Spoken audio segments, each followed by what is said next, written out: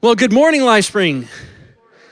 It really is good to see you here this morning, and I mean that sincerely. I wasn't sure if I'd be able to. I've got a sick family. It has been a brutal past few days for us, and I don't know if you guys have been experiencing that. A lot of people are out right now because they've got the flu and they're sick. So, Bob, thank you for being willing to get up and preach. Bob was actually going to preach if I went down. So Bob had his sermon ready to go. And if you've heard it, you know it's fantastic. One of these days, you guys will hear it. It is an amazing, amazing message. So I'm just going to prime the pump for when that does happen and we need him to get up and preach. All right, so we have been in a series called Go and Tell, and it has been a series through the book of John. And I got to tell you, as a staff, as a sermon club, as those who have been in the Word each and every single week, getting prepared every week, it has been an amazing series. We have loved getting in the book of John and diving into it, learning a lot about the book of John. And today we sadly come to a close, and then we're going to start our Christmas series, God with Us, next week. So don't miss that. Go out and tell your friends and have them come and join you, because it is the Christmas season, opportunity for hope. To share the goodness of who Jesus is during this season. So we would encourage you to go and do exactly that. And for us, here's the thing. We want to make sure that you leave this sermon series with a good understanding of why we did it in the first place. I mean, why else would we want to do an entire series unless we had a purpose behind it? As a matter of fact, that question, why, is a very important question. I believe it's the most important question.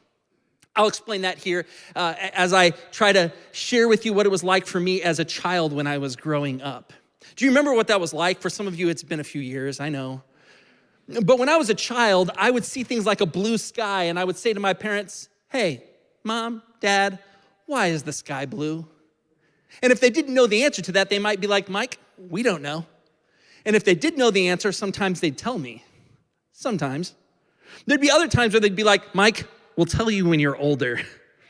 Now, I've got a list of things, I think, somewhere of all the different things that they said, we'll tell you when you're older. I don't think they've still told me to this day, okay? The reality is not knowing or telling your kids, I'll tell you when you get older, that's legitimate. There's nothing wrong with that. As a matter of fact, that's a very fair answer, parents. But there does come a point in time when your inquisitive children need to have answers. They want to know why. Like, why are we doing this? And when they're asking that question, it's an important question because that's an existential question. The question why drives every other question in our life. If we have a good understanding of why, it informs our what, it informs our where, it informs our who. And the reality today is we want to give you a good why because we've been in this series for a while. And as Christians, you probably already know the why without knowing that you know the why necessarily. But if you're not a Christian here today, I want to give you an opportunity to hear the why behind why John wrote this book in the first place. And that's where we're going to wrap up here today. And we're going to do so by jumping right into John chapter 20. And we're going to look at the last two verses of John chapter 20, verses 30 and 31. Now, in order to understand these two verses, I just want to say that at this point, last week, Tim left us in the prayer of Jesus as he prays.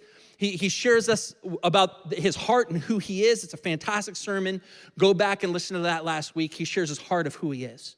But one thing we haven't looked at yet is the arrest, the circus trial, the death, the burial of Jesus, and then ultimately today we're going to look at the resurrection. Now, we can't look at every single detail of that, but this is the most foundational part of who we are as Christians, is the death, burial, and resurrection of Christ. That's the good news. Is the death, burial, and resurrection of Christ. And we're going to look at that in a few months as we come up to Easter at more depth about the empty tomb and things like that. But today, we're not going to spend a whole lot of time in the details. And here's why. John actually doesn't spend a ton of time on the details. If you want to understand John and why he wrote this book, you have to understand it's patently different than the other gospel writers. You see, Mark was probably the first one to write the book, and for much of the ministry of Jesus, he wasn't firsthand witness. So Mark got a lot of the writings, and he got a lot of the thing that he wrote about from different people's perspectives.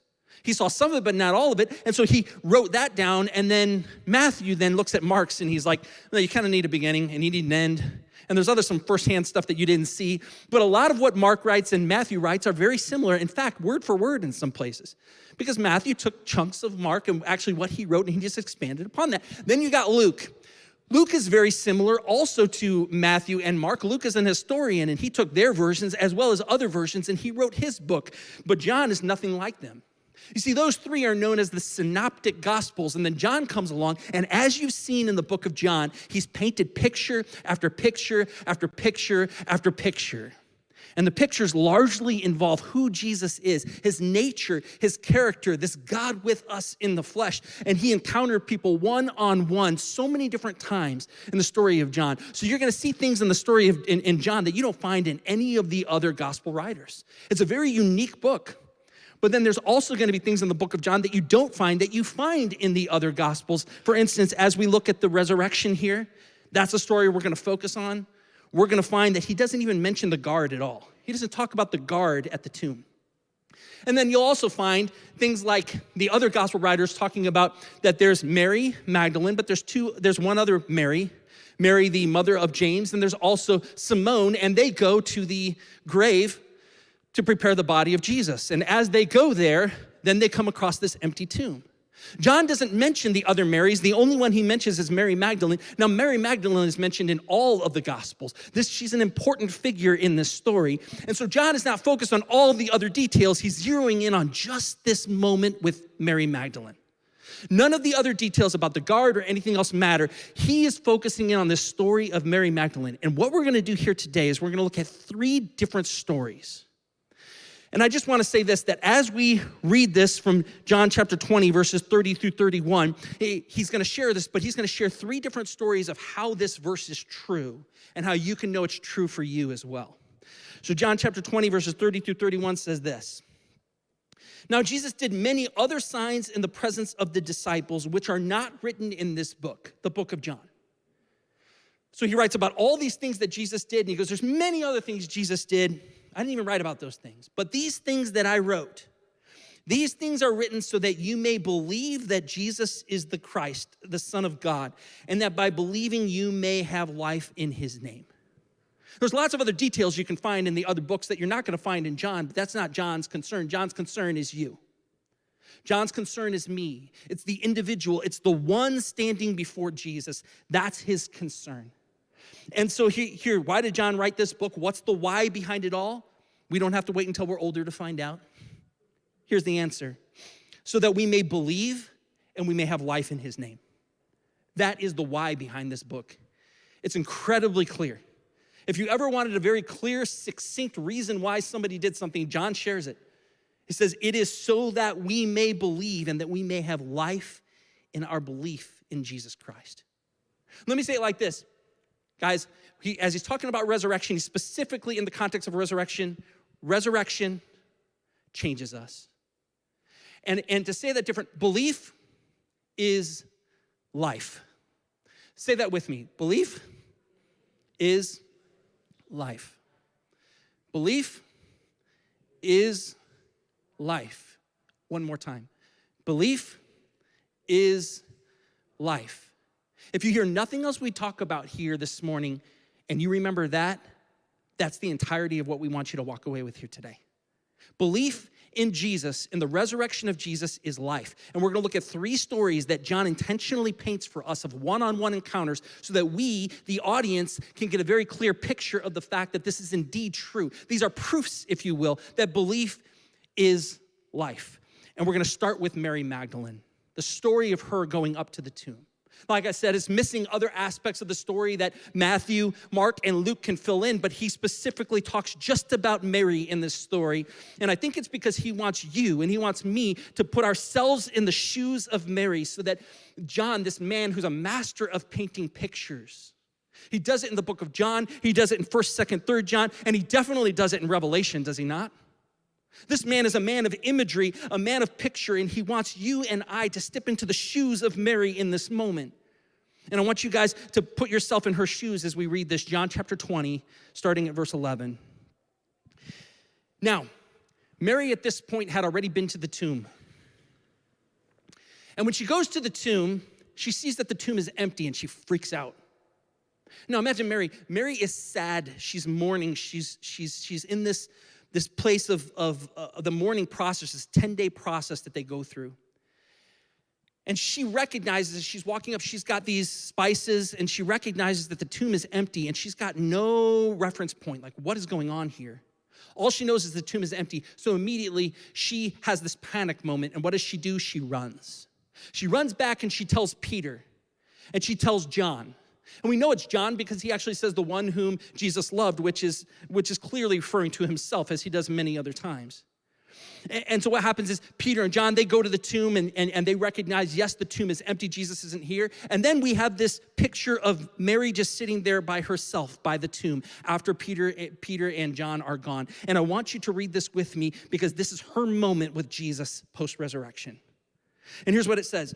It says, but Mary stood weeping outside the tomb. And as she wept, she stooped to look into the tomb. And she saw two angels in white, sitting where the body of Jesus had lain, one at the head and one at the feet. And they said to her, woman, why are you weeping? And she said to them, they have taken away my Lord, and I do not know where they have laid him. She's convinced somebody stole the body of Jesus. Where is the body of Jesus? She's got no reference point for this. Now, who's the they? We don't know who the they is. It could be she's talking about the guards, even though he doesn't even mention the guards here. It could be that she's talking about other people who stole the body. But one thing we know for certain is she doesn't just stop there. She turns around. Having said this, she turned around and she saw Jesus standing there. But she did not know that it was Jesus. It's a very unique thing about Jesus post-resurrection. People don't necessarily recognize who he is, especially not at first. She certainly doesn't know who he is, and it could just be because it's still dark outside. It's so early in the morning, she just doesn't recognize him. That's possible. But there's some other things that we know for sure as well, and that's that the body of Jesus post-resurrection isn't exactly like your body and my body. For instance, he doesn't follow the law of walls. We'll talk about that in a minute, okay? So like you and I, like we get stopped by walls. Apparently not Jesus post-resurrection. So we're gonna look at this, right? So she sees Jesus, she doesn't quite recognize him. I don't know fully what to do with that. I'll just let you process that however you may. Jesus said to her, woman, why are you weeping? Whom are you seeking? Supposing him to be the gardener, she said to him, sir, if you have carried him away, tell me where you have laid him, and I will take him away. And Jesus said to her, Mary. At this moment, she recognizes Jesus. She's having a conversation with this man. She doesn't know it's him. She's just convinced somebody stole the body of Jesus. She doesn't know what to do with this. And then all of a sudden, very clearly, he says her by name. Now, you remember a couple chapters ago, he said, the good shepherd, I'm the good shepherd, and the shepherd knows his sheep by name, and the sheep know their shepherd. And he calls out and he says, Mary. It's this imagery that's being painted that John's letting us know, this intimate moment between Jesus and Mary where she clearly knows her name. She's heard it 1,000,000 times before by Jesus. And when he says it, it's this moment where she recognizes Jesus and she goes, what? Like, what are you doing here? Like, wow. Like, could you imagine? She's absolutely blown away by this. And Jesus said to her, Mary. She turned, she said to him in Aramaic, Rabboni, which means teacher. She clearly knows who this is. And then here's another more interesting moment where it says, Jesus said to her, do not cling to me. Maybe apparently she went up to try to give him a hug and to embrace him because now her Savior is alive. Jesus is alive. And he says, don't cling to me. Don't cling to me yet. For I have not ascended to the Father, but go to my brothers and say to them, I am ascending to my Father and to your Father, to my God and to your God. And so Mary Magdalene went and she told. Mary Magdalene went and she announced to the disciples, I have seen the Lord, and that he has said these things to her. Hey, listen, here's the thing. Mary was definitely sad. Mary, when she was by that tomb, she was weeping, she was distraught. Not only was that tomb empty, but she thinks to herself, someone has stolen the body, and she had a job, and that job was to make sure that he got a proper burial and he was taken care of. And now that body is gone. She goes from sadness to distraught. She's got no box for this. And Jesus chooses to reveal himself to her first, a woman who has no testimony in their culture. And he reveals himself to her by name, Mary. Mary. You see, he had this intimate knowledge about her situation and who she was, and he chooses to reveal himself to Mary Magdalene. Man, this is a powerful moment in Scripture. And she has this moment where she wants to embrace him. She obviously goes from sadness to joy. And your first fill in the blank there for when we believe in the resurrection, we go from sadness to joy. That's Mary's story. Mary then becomes elated and overwhelmed, and she goes to tell everybody that she can find that Jesus is alive. She tells the disciples, and now the disciples have heard from from Mary, that Jesus is alive. This is a big moment for her. She is sad no longer. Her sadness is gone, and now she has found life in the fact that Jesus has rose from the dead. Don't miss this. This is powerful. Maybe you can relate to Mary and who she is and the sadness that she experienced. Maybe you look at the world and you say, there's no hope in our world. Christian, why do we talk like that? We are the hope of the world. Jesus has given us the gospel message to share to all four corners of the earth. If there's no hope in the world, it's because we're not sharing that message, people. Like, we have got to go and tell. And this moment where she sees that Jesus is rose from the dead, she goes and she tells, she sets everything else to the side. It doesn't matter if she's a woman. She goes and she tells, and now the disciples know. She goes from sadness to joy. But then John shares another story. It's a story of another individual, and this guy gets a bad rap. He gets a bad rap because, I relate to this guy. And there's a word that's always used in conjunction with this guy, and that's the word doubting. Doubting. Who wants to be known as the doubter? It doesn't feel like a good word to me. I bet if he was alive today, he'd be known as Skeptic Thomas. Skepticism, a healthy dose of skepticism, that's actually a good thing. Just because somebody says it's true doesn't mean it's true. I want verification. I want to know that it's true for myself. And so Thomas, when he hears that Jesus rose from the dead, see, Jesus actually reveals himself to some of the other disciples by this point. That's what John says. So he reveals himself to the other disciples, and then he goes, wait a minute. You're telling me Jesus rose from the dead? And he goes, I'll believe it when I see it. When I put my hands and I see the nails in his hands and I put my hand on his side, that's when I'll know that Jesus rose from the dead.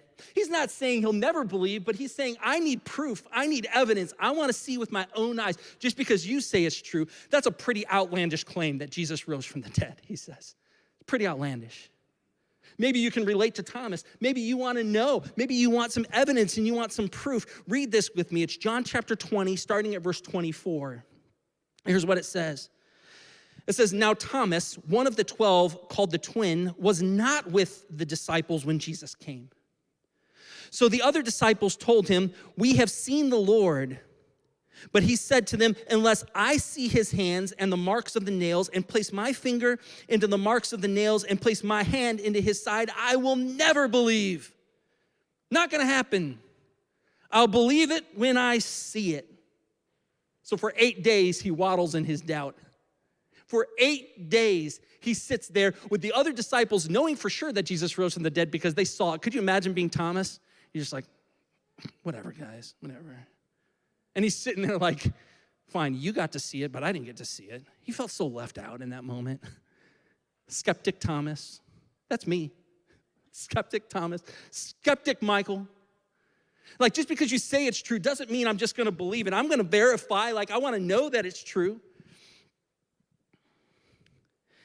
Man, 8 days later, it says. 8 days later. For 8 days he waddles in this, and then it says his disciples were inside again, and Thomas was with them, although the doors were locked. Jesus doesn't follow the law of walls. Jesus came and he stood among them, and he said, peace be with you. Then he said to Thomas, put your finger here.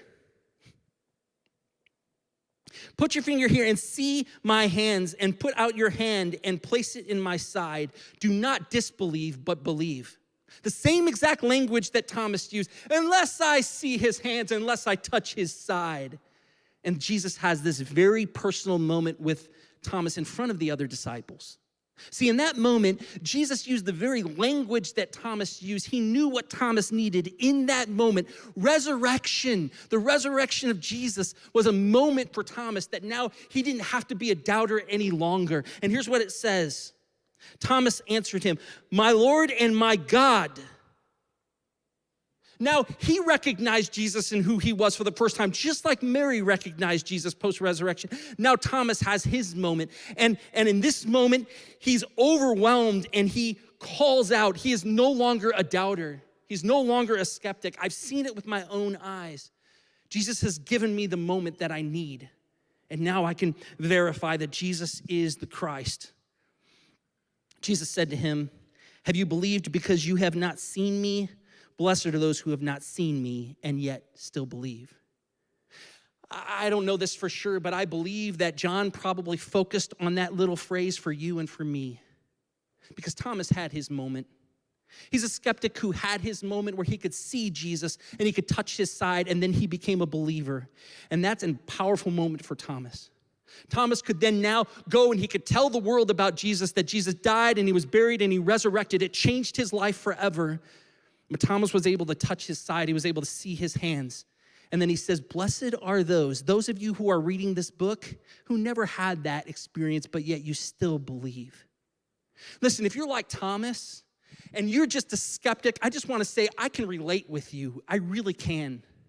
And I also just want to challenge you to pray this prayer. Jesus, reveal yourself to me and let that be enough. There comes a point in time when we have to believe, and here's why. Say it with me. Belief is life. One more time. Belief is life. One more time. Belief is life. If we don't understand that, what are we doing? The book of John clearly tells us why the book is written. It's because he wants us to believe, because he knows if we believe, we will have life. Just like Mary.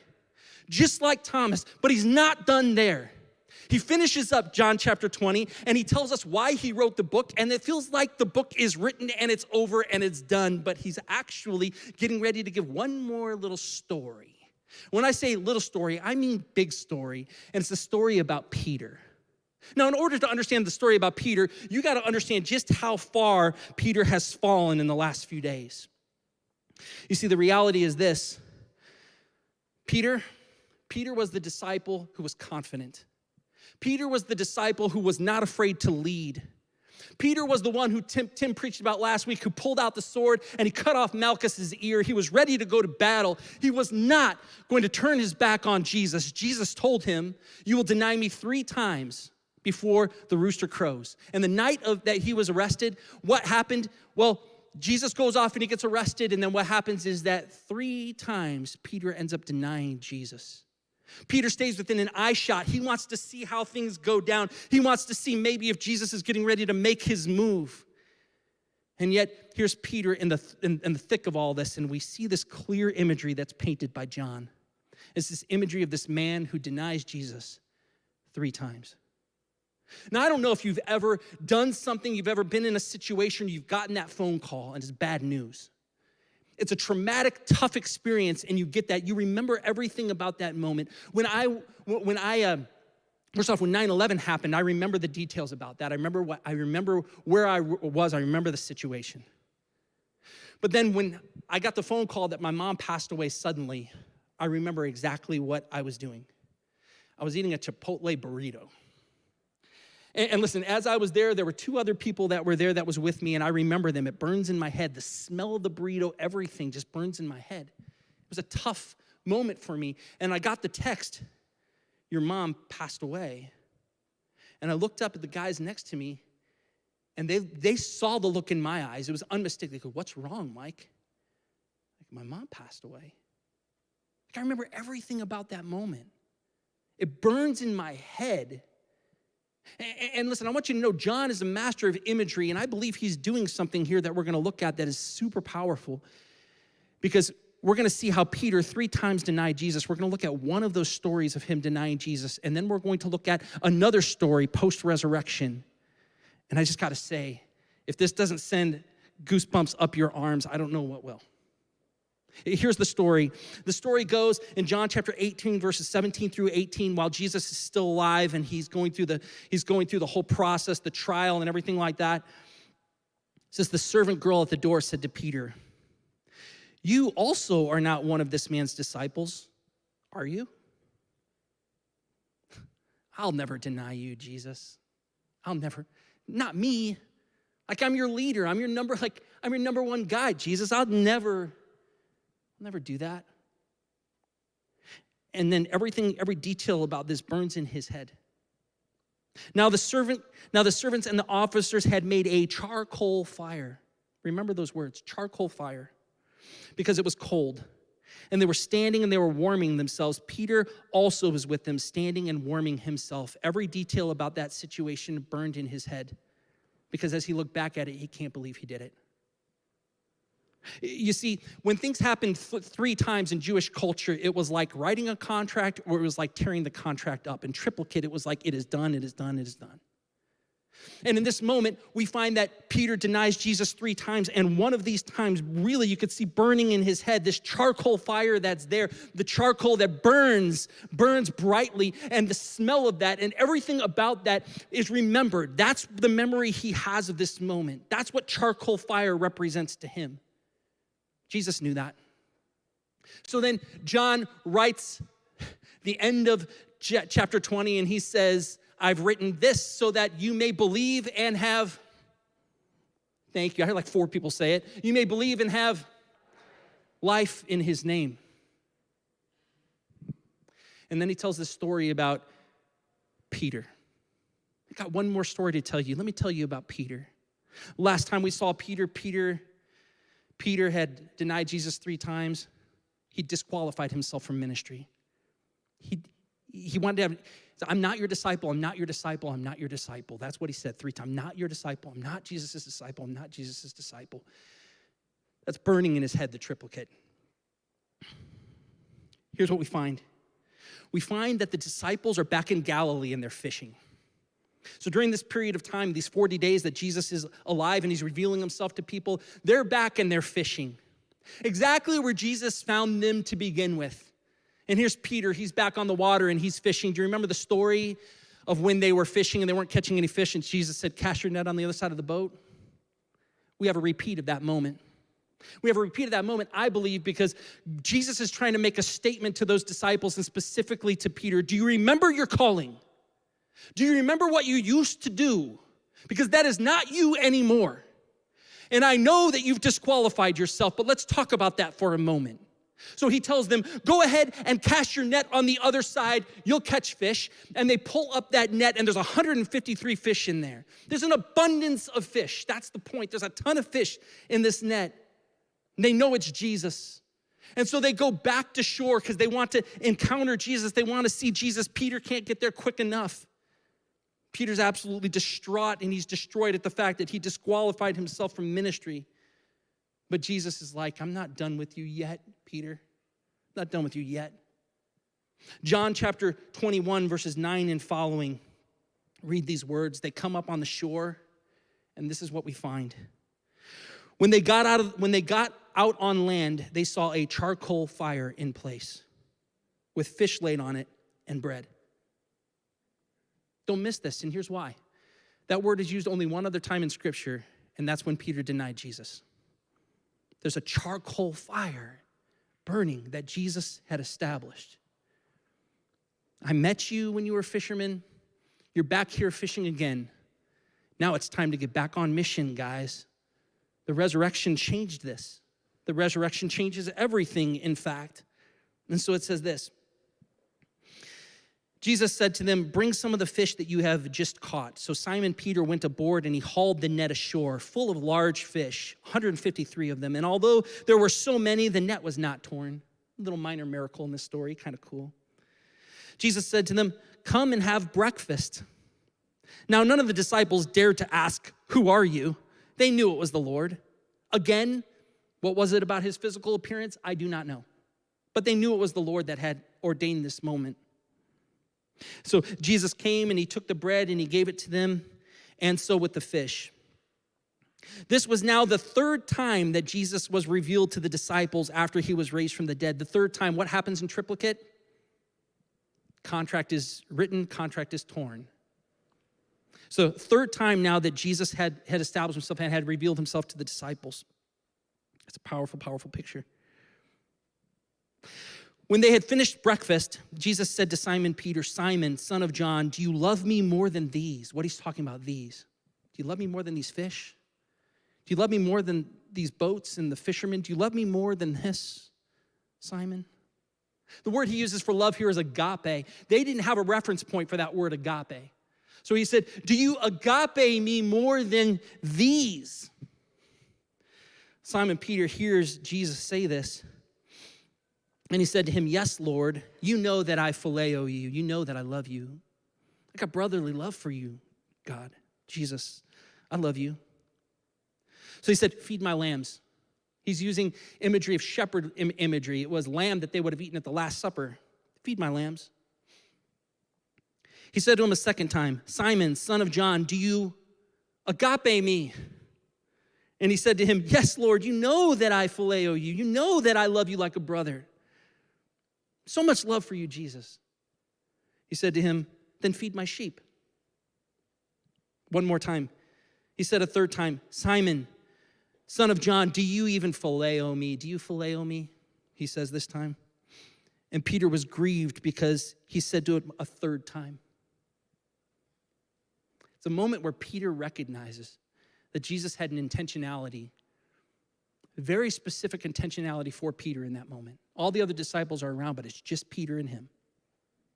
Third time, and he's grieved because he realizes what he did. He denied Jesus 3 times, and now Jesus is saying, "Do you love me? Feed my sheep. Do you love me? Feed my sheep. Do you love me? Feed my sheep."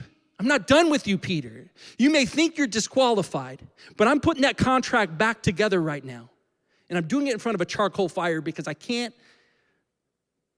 let the last thought burn in your head of you being a failure.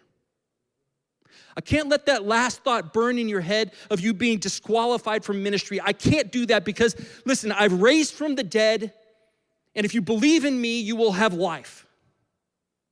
And it's this powerful moment that we find in Scripture of him and Jesus. Jesus says, "Feed my sheep," and then he says, "Truly, truly, I say to you, when you were young, you used to dress yourself and walk wherever you wanted. But when you are old, you will stretch out your hands, and another will dress you and carry you where you do not want to go." You see, this he said to show by what kind of death he was to glorify God. And after saying this, he said to him, "Follow me. Follow me, Peter." Peter went on to become the leader of the early church. Peter was bold to preach wherever he went. Peter did not care the ramifications. Peter did incredible things in the early church in the book of Acts. And if you read the story of Peter, if not for this moment, Peter is not the Peter that you and I know him to be. Now, we know of another story of a man named Judas who failed miserably. This man betrayed Jesus for 30 pieces of silver. Now, which one's worse, betraying Jesus or denying Jesus 3 times? You deny me before man, I will deny you. Which one's worse?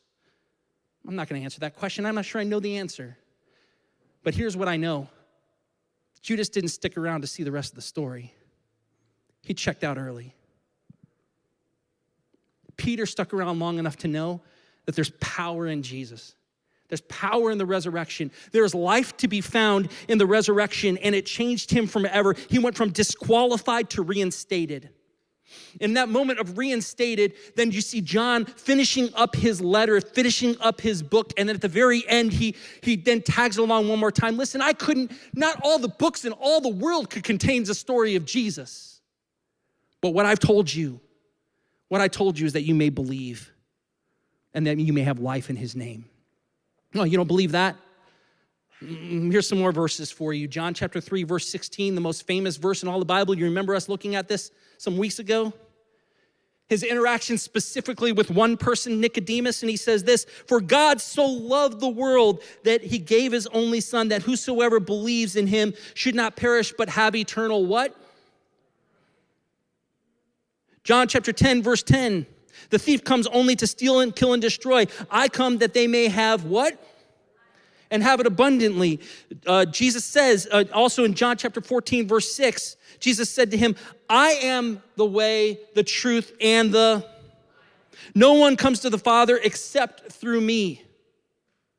Listen, if you want to have life, you will find it in the person of Jesus. If you put your belief and your hope in the death, burial, and resurrection of Christ, he will give you life. And here's the truth. You might be sad now, but you don't have to wallow in your sadness and your loss and your thought that there's nothing but despair and lack of hope in the world around you. That is not true. You see, Jesus, post-resurrection, he wants you to know that there is hope, and that hope is found in the resurrection power of Jesus. And you might be like Thomas, you might be a skeptic, you might be waiting for more proof and more evidence. Listen, I get it. I totally do. At some point, though, you've got to open up your heart to Jesus and say, Jesus, I believe that you are the Christ, the Son of the living God, and by putting my belief in you, I'm gonna find life in your name. And maybe you're like Peter, maybe you feel disqualified. And maybe you feel like you have nothing to offer Jesus because you've messed up and that you have missed the mark, you've denied him, you have done things in your life. Mike, if you only knew what I've done. That was Peter. Peter had this moment where it was burned in his head that he was disqualified. Maybe he had to go back to fishing. Jesus goes, no, sir. No, sir. And Peter, if I have you, it means all the other disciples too. All you guys are going to be on mission as well. Listen, I don't know your story. I don't exactly know what you're going through or where you're at on this spectrum. Maybe you most relate to Mary in this story, who went from sadness to joy. Maybe you most relate to Thomas, who went from doubting or skeptic to confident. And maybe you most relate to Peter, who went from completely not believing that he had anything to offer Jesus, feeling that he was disqualified, to being reinstated and on mission for Jesus. Here's how I want to end this, guys. If you haven't heard it yet, you're going to hear it one more time. Life is found in the resurrection of Jesus. Listen, I don't know what you're looking for here today, but I know what you need to find, and that's life in Jesus.